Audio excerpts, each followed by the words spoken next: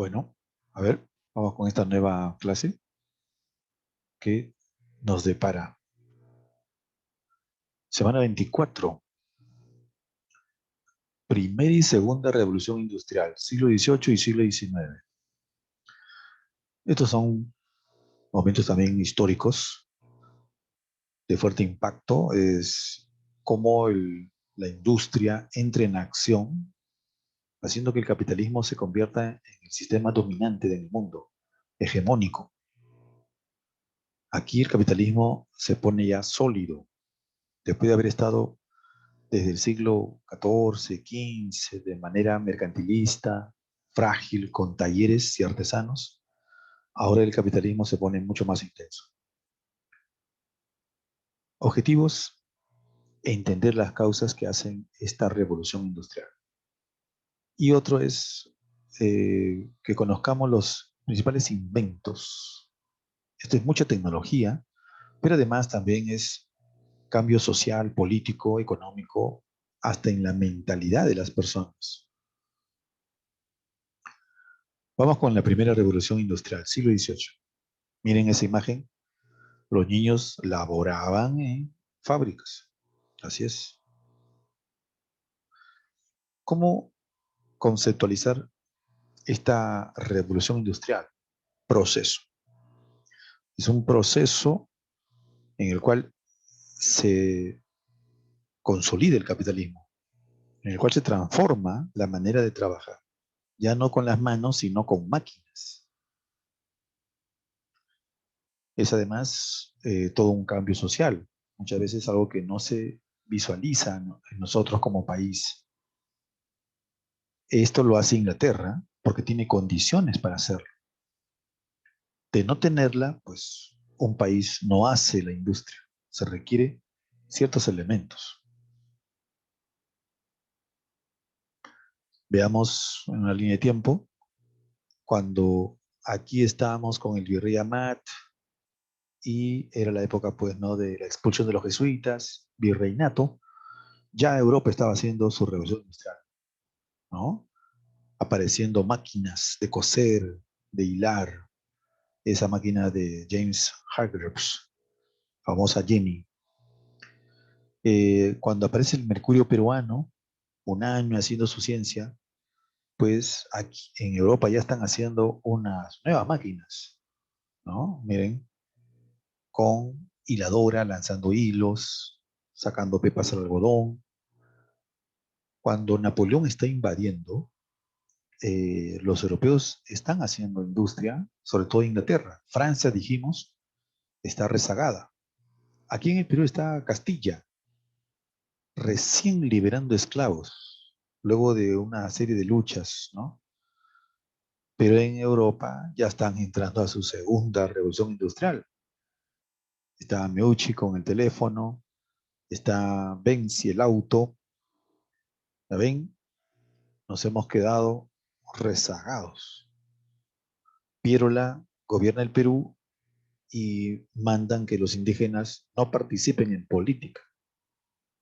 Y después no quieren ni darle educación.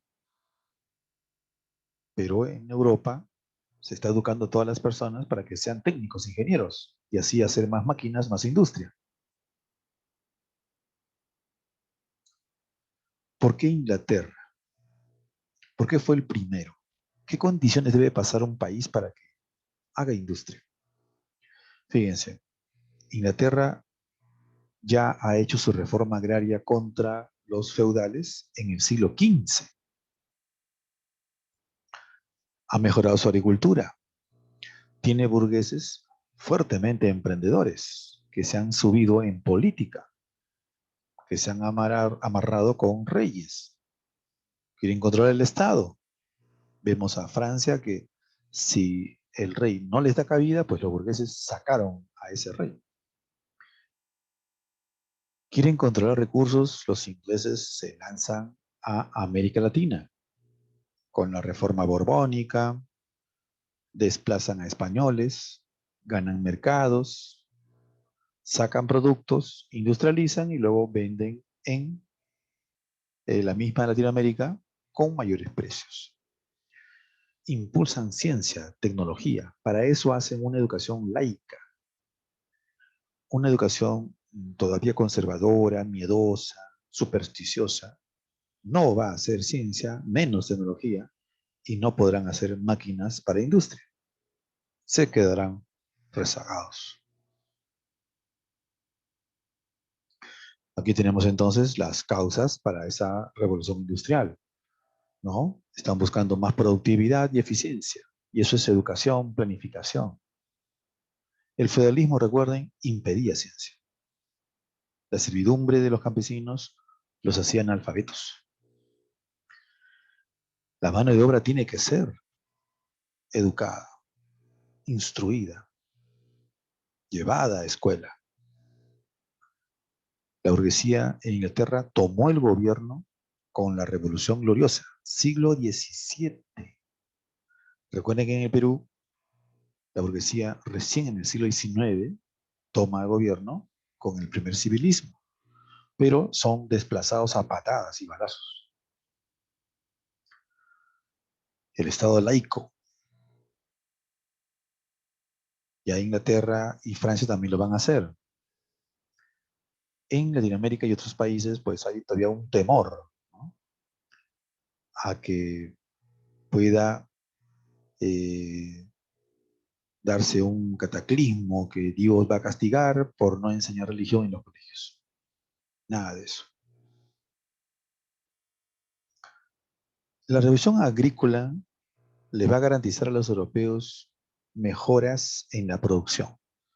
Se va a hacer trabajo en 4 zonas y se va a hacer descansar las tierras para que tengamos una mayor producción.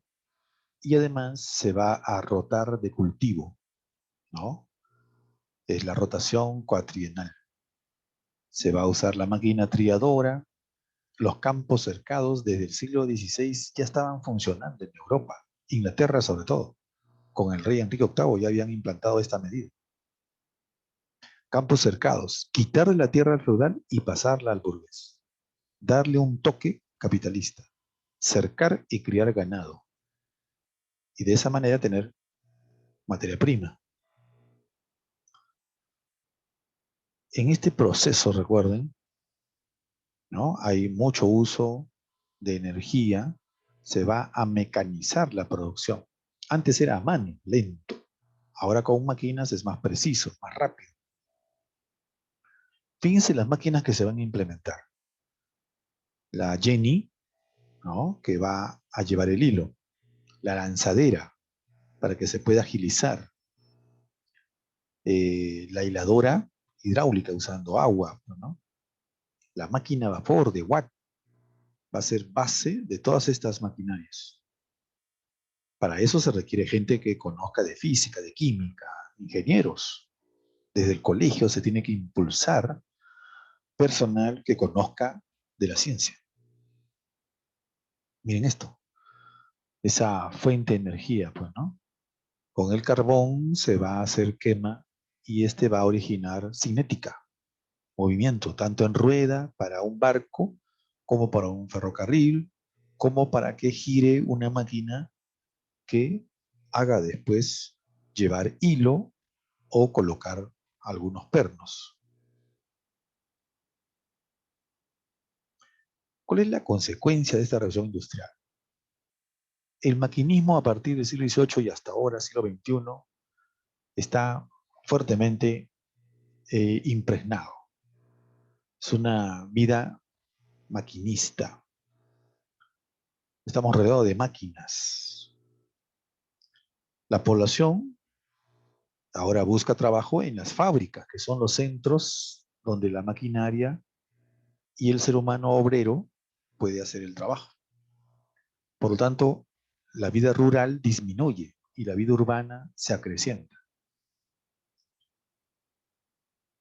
Los artesanos que trabajaban a mano van a ser desplazados porque la máquina es más rápida, más precisa. Entonces, los artesanos a mano se quejan y por eso comienzan a destruir máquinas, a lo cual se le llamó movimiento ludita, pero no va a ser efectivo. no va a dar resultados quemar o destruir máquinas. También se va a requerir más obreros, más mano de obra. Por eso que usaban mujeres, niños, en horas de jornadas inclusive largas. No había todavía un dispositivo que regule el trabajo. Por lo tanto, el burgués capitalista hacía trabajar a sus obreros en jornadas larguísimas, hasta en madrugada. Inglaterra se convierte en la potencia y aquel que no debía apurarse, como Francia, que va a apurarse para hacer su industria, usando la revolución y a Napoleón. China, recuerden, recién se ha industrializado para fines del siglo XX y principios del siglo XXI. Se ha demorado, pero lo ha hecho. Aquí vemos, pues, ¿no? Lo que serían los luditas destruyendo máquinas, pensando que así él conseguirá una mejor oportunidad para su trabajo manual. Este es el ferrocarril, invento de George Stephenson.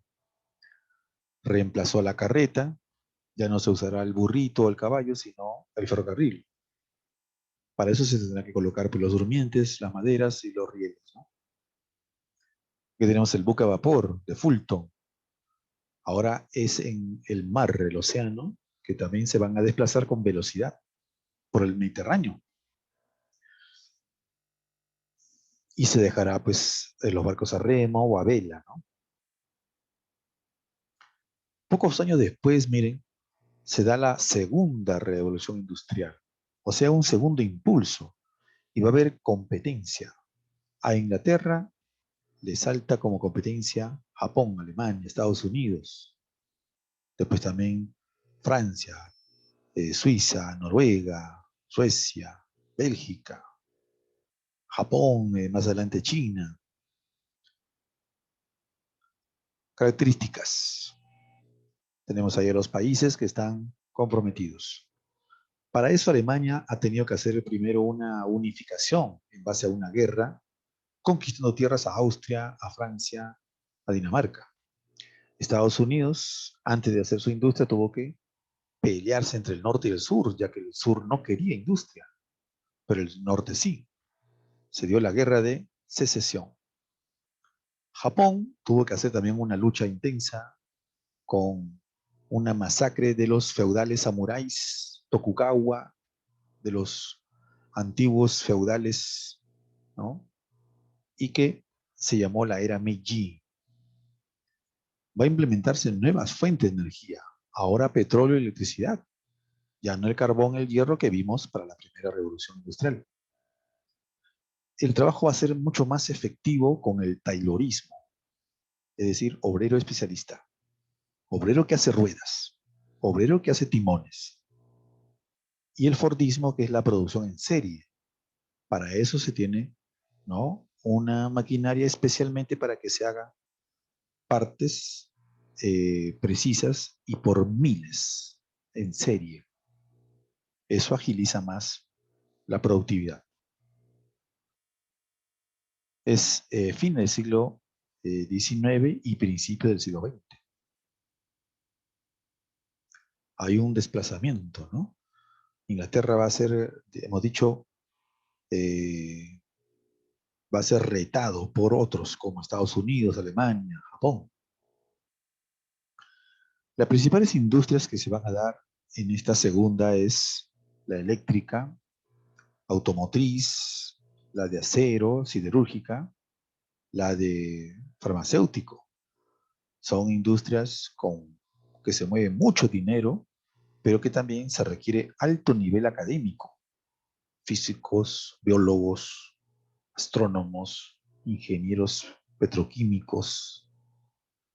Esto mueve mucho a la universidad y a la industria. Fíjense aquí, ¿no? Este convertidor, pues, ¿no? De elementos de minería, de química, para fortalecer materiales. Miren aquí también, motor diésel, ¿no? el avión, los Wright, la bombilla. Hay una pugna entre Edison y Tesla. El teléfono igualmente hay pugnas. Se habla de Graham Bell, pero también de Meucci. El telégrafo con alambres de Morse, pero luego sin alambres de Marconi. Entonces hay una rivalidad de científicos y de industrias. El petróleo se convierte ya en esas épocas, siglo XIX, en la vedette de la industria. Hoy sigue siéndolo. ¿Cuál es la consecuencia de esta revolución industrial? Que la producción, recordemos, va a ser con maquinarias y reduce el personal humano. Sobre todo los artesanos fueron desplazados. En el Perú, recuerden, todavía siguen los artesanos en talleres pequeños, ya que la industria es muy incipiente. Eh, Aparece el obrero, el trabajador con máquinas y el proletariado como concepto político de lucha de estos obreros contra los burgueses. En Europa se va haciendo un capitalismo cada vez más monopolio, eh, porque la industria va uniéndose a bancos, se van formando grandes corporaciones industriales. El burgués se está consolidando. Este es un triunfo histórico del capitalismo. Llega a su etapa madura, sólida. También recordemos que hay un desgaste de combustible, un atropello a la naturaleza, porque se queman mucho carbón, muchos árboles, se desgastan los suelos, se sueltan polvo, elementos químicos, relaves, lo cual daña la naturaleza. Por eso va surgiendo calentamiento global, lluvia ácida.